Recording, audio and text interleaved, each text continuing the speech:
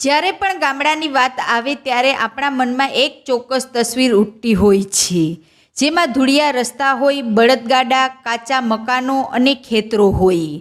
પરંતુ જો તમને એવું કહેવામાં આવે કે આપણા ગુજરાતમાં એક ગામ એવું પણ છે જ્યાં કાચા રસ્તાની જગ્યાએ પાકા અને સ્વસ્થ રસ્તાઓ છે અને રસ્તાઓ પર મર્સિડીઝ અને BMW જેવી ગાડીઓ દોડે છે, સાથે ગામડામાં મેકડોનાલ્ડ અને પિઝા પાર્લર પણ છે, તો શું તમે માનશો નહીં ને? પરંતુ મિત્રો, તમને જણાવી દઈએ કે આપણા ગુજરાતમાં આવું જ એક ગામ છે જ્યાં આ બધી સુવિધાઓ ઉપલબ્ધ છે. જી હા મિત્રો, આણંદ જિલ્લામાં આવેલું ધર્મજ ગામ આ બાબતે ખૂબ જ પ્રખ્યાત છે. અહીંના લોકોની સમૃદ્ધિ તમને ચારેય બાજુ નજરે ચડશે. ગામના લોકો શહેરી અને ગ્રામીણ એમ બંને પ્રકારનું જીવન જીવે છે. ધર્મજ ગામને NRIનું ગામ પણ કહે છે. અહીંના દરેક ઘરમાંથી એક વ્યક્તિ વિદેશમાં કામ ધંધો કરે છે. અહીં લગભગ દરેક પરિવારમાં એક ભાઈ ગામમાં રહીને ખેતી કરે છે, જ્યારે બીજો ભાઈ વિદેશ જઈને પૈસા કમાય છે. એવું કહેવાય છે કે દરેક દેશમાં તમને ધર્મજની વ્યક્તિ જરૂર જોવા મળશે. દેશનું કદાચ આ પહેલું ગામ હશે જેના ઇતિહાસ, વર્તમાન અને ભૂગોળને વ્યક્ત કરતી એક કોફી ટેબલ બુક પર પ્રકાશિત થઈ રહી છે. ગામના લોકો કહે છે કે બ્રિટનમાં તેમના ગામના ઓછામાં ઓછા 1500 પરિવાર, કેનેડામાં 200 અને અમેરિકામાં 300થી વધુ પરિવાર રહે છે.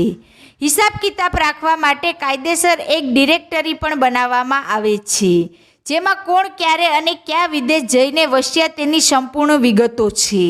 ગામમાં ડઝન જેટલી પ્રાઇવેટ બેંક અને ખાનગી શાળાઓ છે.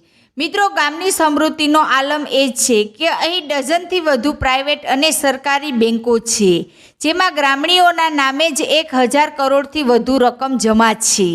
ગામમાં મેકડોનાલ્ડ જેવા પિઝા પાર્લર છે અને અનેક પ્રખ્યાત રેસ્ટોરન્ટોની ફ્રેન્ચાઇઝી પણ છે.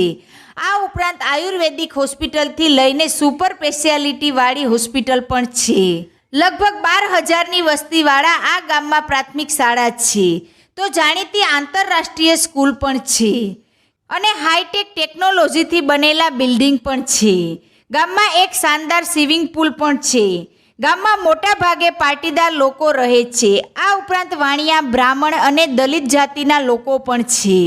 ધર્મજ ગામની સૌથી મોટી ખાસિયત એ છે કે તેમની સમૃદ્ધિ, અને તેનાથી પણ મોટી વાત એ છે કે તેમની આ સમૃદ્ધિ કોઈ પણ સરકારી મદદ વગર છે.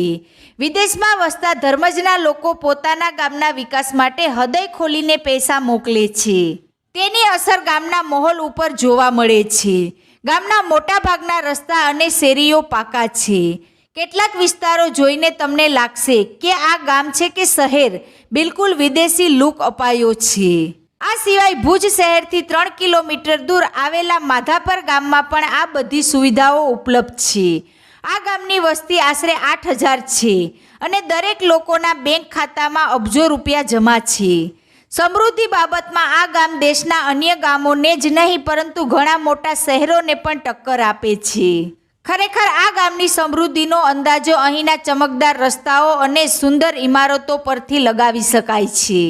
મિત્રો, તમને આ ગામના દરેક ઘરમાં એક NRI ચોક્કસ જોવા મળશે, કારણ કે અહીંથી ઘણા લોકો અમેરિકા, કેનેડા, બ્રિટન અને કેન્યા જેવા અન્ય દેશોમાં કામ કરી રહ્યા છે. પરંતુ સૌથી મોટી વાત એ છે કે આ ગામના લોકો ભલે વિદેશમાં નોકરી કરતા હોય, પરંતુ તેઓ આજે પણ ગામની માટી સાથે જોડાયેલા છે. આ ગામની જે વ્યક્તિ વિદેશમાં કામ કરે છે તે દર મહિને પોતાના ગામના વિકાસ માટે પૈસા મોકલતી રહે છે અને આ જ કારણ છે કે આજે આ ગામની રૂપરેખા બદલાઈ ગઈ છે.